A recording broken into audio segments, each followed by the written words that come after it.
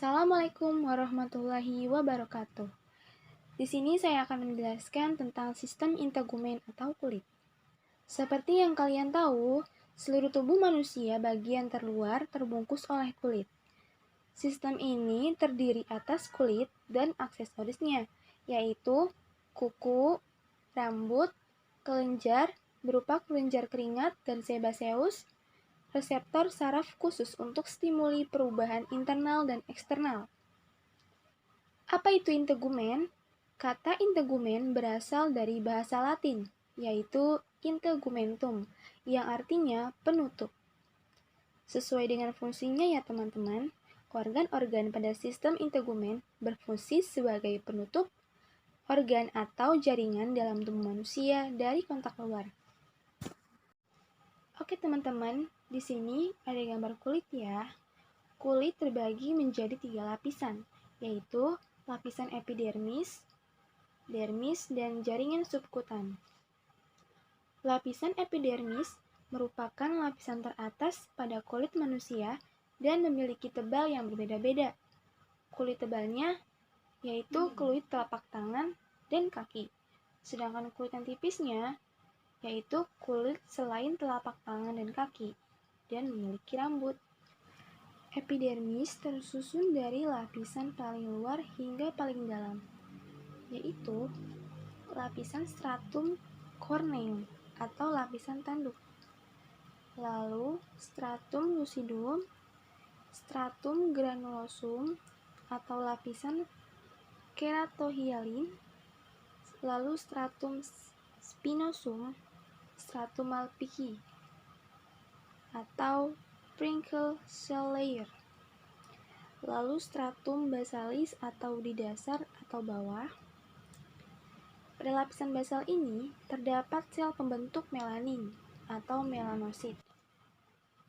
Melanin ini diyakini dapat menyerap cahaya ultraviolet dan demikian akan melindungi seseorang terhadap efek pancaran cahaya ultraviolet dalam sinar matahari yang berbahaya. Selain itu, ada lapisan sel Langerhans atau sel imun yang terdapat di seluruh lapisan epidermis, yaitu sel makrofag, turunan sumsum tulang. Fungsinya apa? Untuk merangsang sel limfosit T, sel Langerhans ini mengikat, mengolah, dan mempresentasikan antigen kepada sel limfosit T. Dengan demikian, sel Langerhans ini sangat berperan penting dalam imunologi kulit.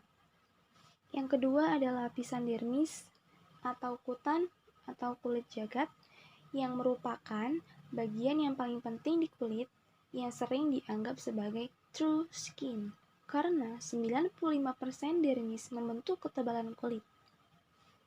Dermis terdiri dari serabut penunjang seperti kolagen, elastin, dan retikulin. Dermis tebalnya bervariasi ya teman-teman. Yang paling tebal itu ada di telapak kaki, sekitar 3 mm.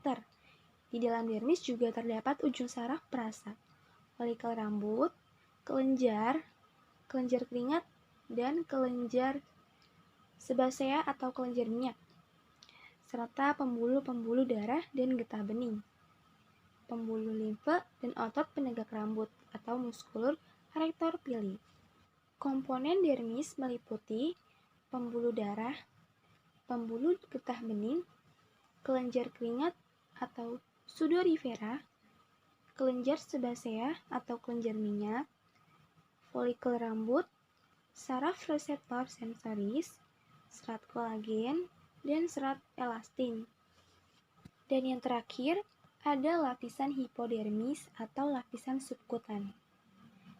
Di lapisan hipodermis ini terdiri atas jaringan ikat longgar yang berisi sel-sel lemak di dalamnya. Pada lapisan ini juga terdapat ujung-ujung saraf tepi, pembuluh darah, dan getah bening.